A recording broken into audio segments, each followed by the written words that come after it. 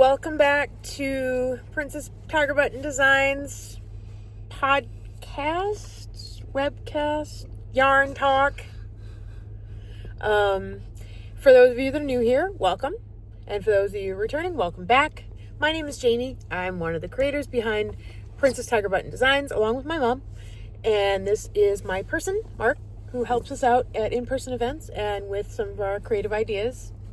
And this is episode 4 of our little yarn talk show here. And boy, we have plenty to cover this week. I didn't bring a photo of it, but I did finally finish that tree skirt that I talked about in the last video. So I'll be able to put up a video picture here. And that was pretty large, and that took up pretty much all that I did last week. And so I made up for it in spades this week by making a whole bunch of little things.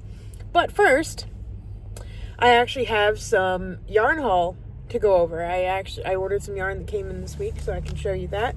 First, I picked up some yarn at Michael's. That's going to be, I have a little bit of a project. I'm kind of a secret at the moment, but I'll be showing some more of that as I start it on Instagram, and I'll probably have some of it to talk about, if not finished, by next week. But this is what we have here. So we have 2 skeins of Sweet Snuggles Light Loops and Threads, which is Michael's house brand. This is Barely Pink. This is going to be the background of the project. So I got 2 skeins of that. And I actually am really liking the Sweet Snuggles Light. I know we talked a little bit about the quality last week, so I had the chance to work with it a little bit more. And I'm really liking the way it feels now. It's really soft. And it doesn't feel like it sheds a ton. So I got another skein in, what is the color of this? This is lavender. Nice purple shade. And I got kind of a peachy coral color. This is coral. Wow, they're really clever with their names. And then I got this really nice light blue. It's almost a teal turquoise, like a sky blue. And they call this, I spoke too soon, this is Omphallodes. I don't know if I can, it'll be backwards in the video if I try and show you, but Omphallodes. Omphallodes. I'm going to have to Google what an omphallode is, because I have no idea. But if it's this pretty color blue, then I'm all here for it. So that's the first thing we have. I lucked out pretty good. I was able to hit up, they had 20% off all regular price purchases, and I got a skein off for 30%. There really wasn't anything on sale, and that kind of makes sense in the after Christmas session, because they had everything buy one get one half off for a few weeks. So I'm going to just stick this behind here. And now we're going to talk about my other acquisitions, which came from, I have 2 skeins of this. Believe it or not, I got these from Office Supply. I was looking for another yarn, and it said that they had it, but they were out of stock. And I found a couple of things that I buy regularly. So, but I was really surprised to find yarn at Office Supply. It's not the kind of place you would think about buying it. So I have 2 skeins of this color. And so this is Ashen Titanium. And I thought this would make some really good loaf cats and have a nice kind of like realistic gray yarn with some highlights and lowlights. So that's definitely going to use that to make some gray cats. And I got a skein of Bernat, that's regular Bernat blanket. This is Bernat Mystical in the colorway Pink Quartz. I've bought this before to make, and I've made some loaf cats out of this pretty pink color, and they've sold. And it is, and like most of the Bernat Mystical, they are super, super soft. Feel that. That is really nice. Very soft. That is super soft. So I already made 1 cat out of this. I had to start this skein. This is a little squishier because I had to start the skein before I brought it to show you, because I also made a couple other pieces with it. So, but this is definitely something I'm probably already going to have to order more of again, but that's all right. And I picked this up. This is, the ball band came apart. This is Bernat Baby Blanket in the colorway Jelly Beans. That's kind of a very, very pretty springtime color. I'm not entirely sure what I'm going to make with this yet. I thought it might make good for like a turtle shell or something like that. Or I could probably do a dinosaur or something. It's like Easter colors. It is Easter colors. So I think maybe a peep if I wanted to make one kind of multicolored, even though they don't usually come multicolored. No, but or maybe like a turtle shell with a nice pretty green. Or a dragon or a dinosaur of some sort. Would be nice. So we have those. So now I can start moving into the things that we've made this week. The first is I made a kitty. I had another ball of the pink quartz and I was finishing that up, and that's why I had to tap into the new ball. But as I said, I've made a few of these in the pink quartz color, and they do seem to sell pretty well compared to say like a hot pink. But I haven't made a hot pink in a while. I made a hot pink one for my niece Maddie because I thought she would like that, and she actually ended up preferring a tuxedo. So she has a tuxedo cat, and I did sell the pink cat, but I haven't made any really bright pink ones since then. But I might have to make a couple just to have them on hand. Now, something new I might be trying. I'm going to be I bought Annie Carraway's kitten and mini cat pattern, and this is the mini version, and that came out absolutely adorable. And here we'll do a size comparison. This is the original loaf cat pattern, and this is the mini, and I think this is a good size for we're going to try selling them for 10 versus 25 for the cats, and it is a little bit more online. That's only just to cover shipping, handling, packaging. But I think this will do well in the $10 range. It is much smaller. Not a lot of people balk at the price of the bigger cats, but if they don't want the size or the bulk, or just want a little cheaper option, I'll definitely make some of these up. I haven't tried the kitten size, but I don't think I need the mid-range. I think that these little guys will be perfect. So next up we have some little baby whales that I made. And I have a few more ready to go that I didn't finish off. I batch made all the tops, and then I was just adding in the white after. So I have a black one here. I don't know if I'm going to put a little bit of embroidery to make the eyes show better, or if I'll just leave them kind of stealthy. And they look better in the gray, and look really cute on this pink one. These will make a good candidate for keychains. And I just got to research and order some a little bit sturdier bag charm type things to add to them. I don't know if I'm going to make them all into keychains or just make some to hang up and just have a sign that says, anything can be made into a keychain and let people pick and choose. But I figured this would be I was looking for some small little makes, especially so we can fill up our bins and fill up our grids at convention. And I thought this would be a good start. I believe this is All from Jade, and I'll have that in the description once I publish the video. Next up, we have a little froggy. He doesn't sit as flat as I like, and I think I just got to workshop his feet a little bit, but he's absolutely adorable. This is also a free pattern on Instagram, I believe by Bria Crochets. This was done in Bernat Brights in Go Green. I've been kind of reluctant. I love using the Bernat Brights, but it's been tough to find. Like everywhere seems to be either clearanced or they have a couple colors and they don't have the other colors. So I don't know if this is actually being discontinued or whatnot, or if I'm going to have to move off of it. But I will enjoy the Bernat Blanket Brights as long as I can because they are really, really bright colors, and not all of the other lines have the same ones. Next up, I have a couple more possums. I said I was going to make some more after the one I made my sister, and I did, and I started trying to figure out if I could batch make these as well. So I have 3 more faces done, and then all I got to do is make up the bodies. And this is, the pink is Loops and Threads in Demi Pearl in Pink Lemonade, and then Bernat Blanket for Vintage White and Vapor Gray and Black for the rest of the body. So I'm going to make a couple more up of these, and hopefully these will sell. This is kind of new to me as well. This pattern is a free pattern by Stringy Ding Ding, and I'll have a link to that as well. And in the same theme as the peeps I made last week, I made a couple more. These are both in Loops and Threads Sweet Snuggles Light. This is in the Loops and Threads Bluebird, and this is baby green. And I thought I'd make a few more. I'm going to make some pink and yellow and just some pastel, like peep colors.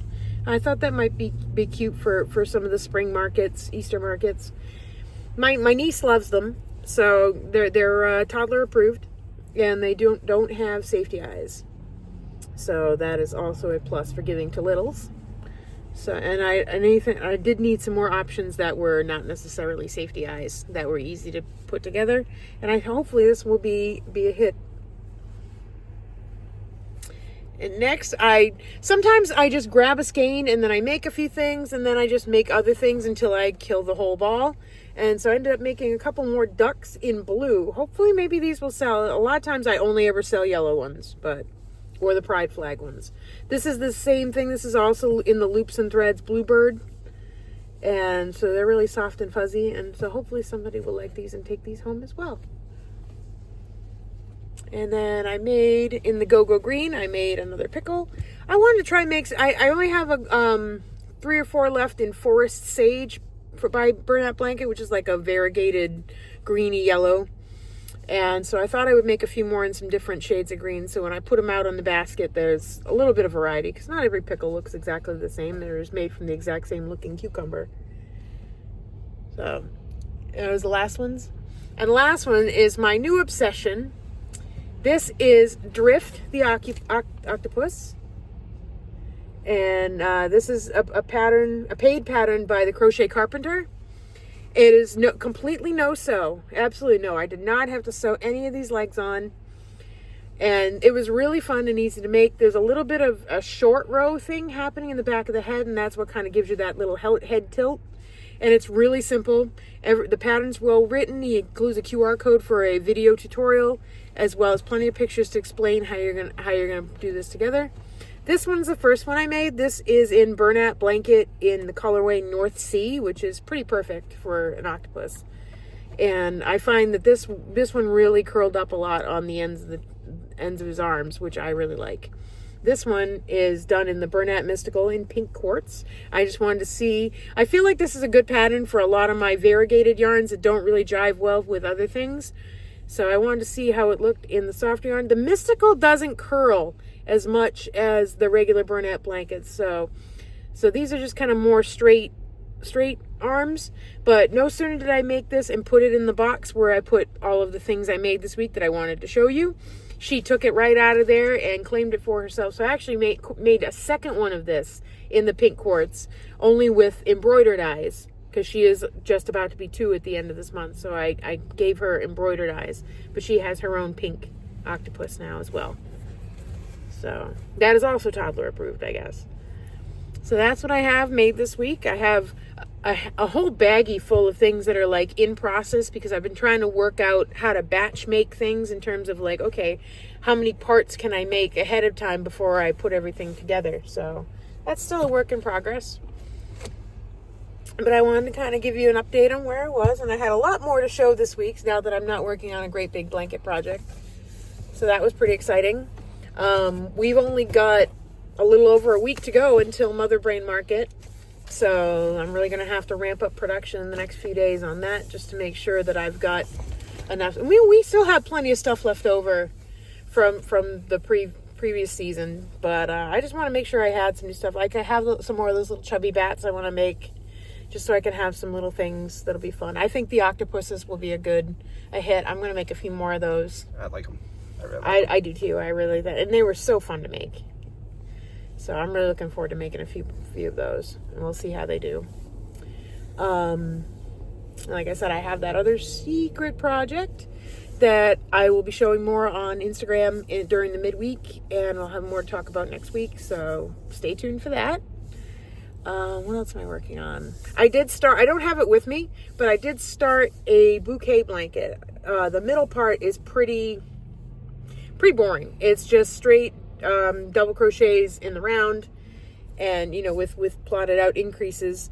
So I figured I'd keep the mindless part with me when I go dashing and stuff, so I have a simple project that doesn't take a lot of parts, just to kind of stitch on that in between runs, and then when I get into the more complicated part of putting the flowers on the outside, then And I'll worry about putting that together, and hopefully I'll have that to show you. I'm not necessarily making that for next week's market. That might be more for just to have up on the website, on the Etsy shop, or maybe bring to whatever we do next month. It's definitely kind of a Valentine-y kind of theme.